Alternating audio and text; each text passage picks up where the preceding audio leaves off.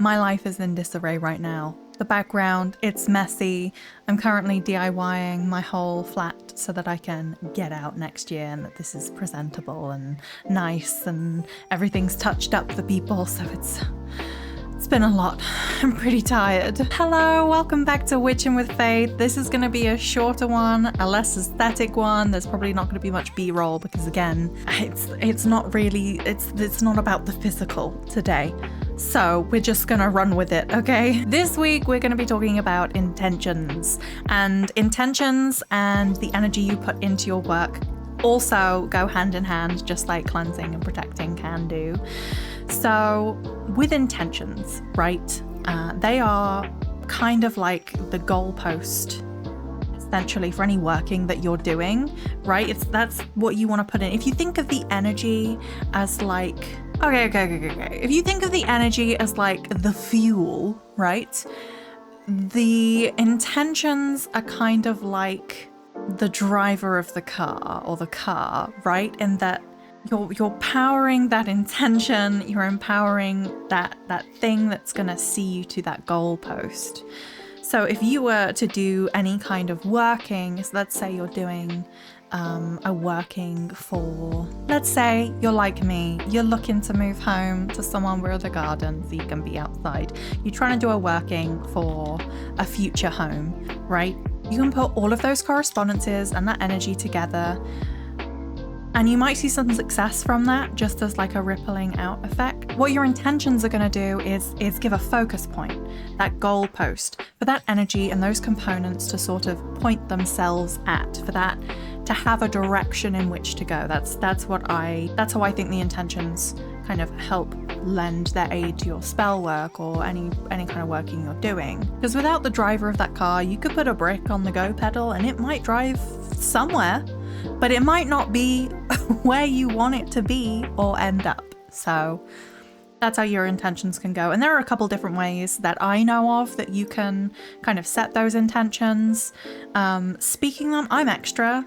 So I like to do little enchantments when I do my spell work, and I'll often do that with rhyme, right? Because I'm extra. And I used to write poetry when I was a teenager, and it was very angsty, and I'm sure it's up still on a Tumblr account somewhere.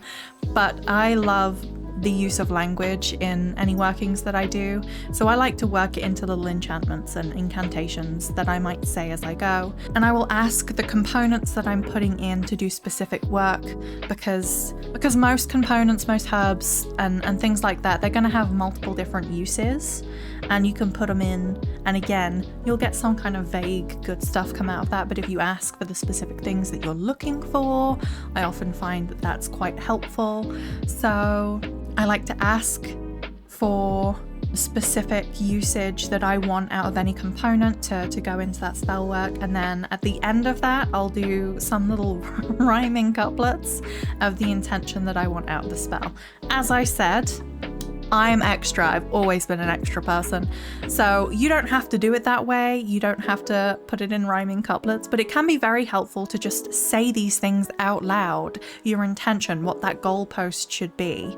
Another one that people do is, because you can combine it with that energy work that we spoke about. And the orb, remember we were talking about the orb and making that, like feeling that energy, making that orb and putting the intentions of what you want, the goal that you are setting, those feelings, that energy into that orb, and then moving that through the spell work, putting that through the candle that you're working with, or just out into the world. That can be super helpful too. Visualizing, I feel like I'm going to say visualizing for every video, and I know it's probably going to get pretty annoying, but it is what it is. It can be a big part of witchcraft. So visualizing that end goal, seeing what you want to get out of the result of whatever working you're doing, is super simple, super low energy workings.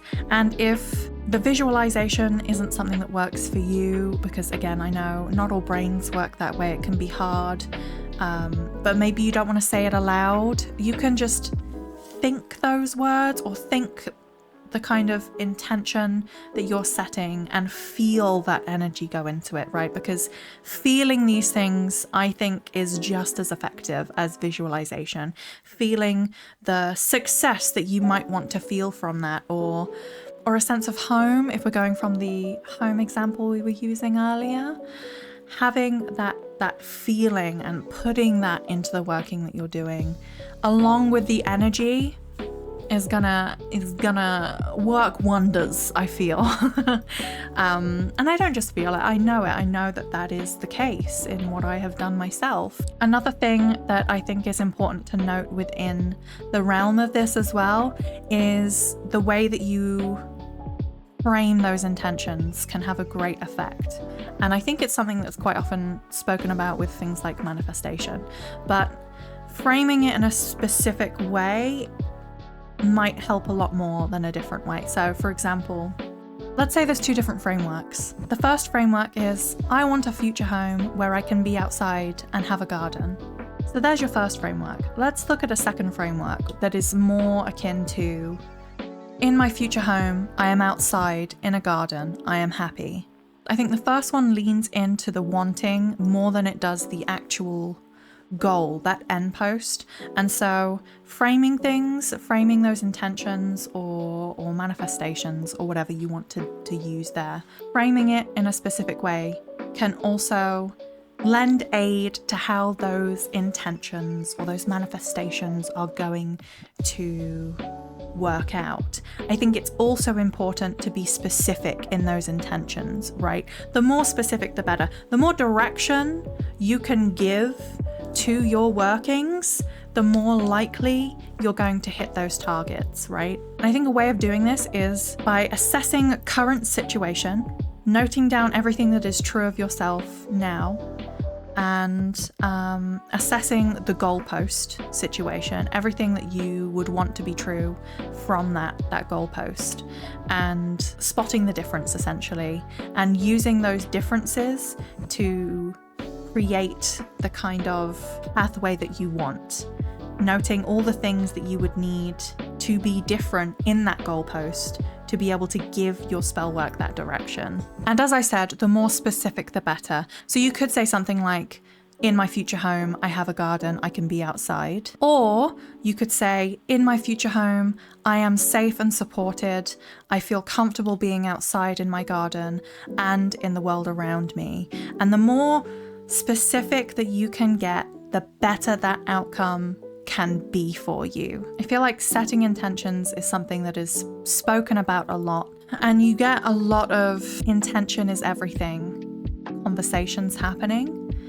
And I think intention is an incredibly important part of any working that you're going to do.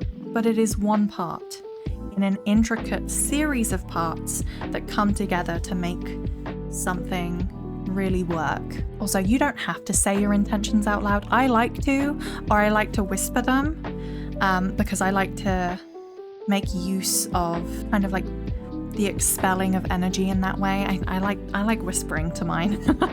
But you don't have to say it out loud if you don't want to. You can think it in your head, you can feel it in your body.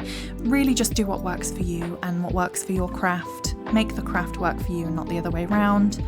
I would love to hear what you do with your intention setting, or if there is anything I have missed. So please do let me know in the comments if I've missed anything at all, or if there's something that you do specifically that works for you, or how you feel about the video. Thank you so much for watching. I'm sorry this week is just scuffed with a lack of B-roll and like my messy living room.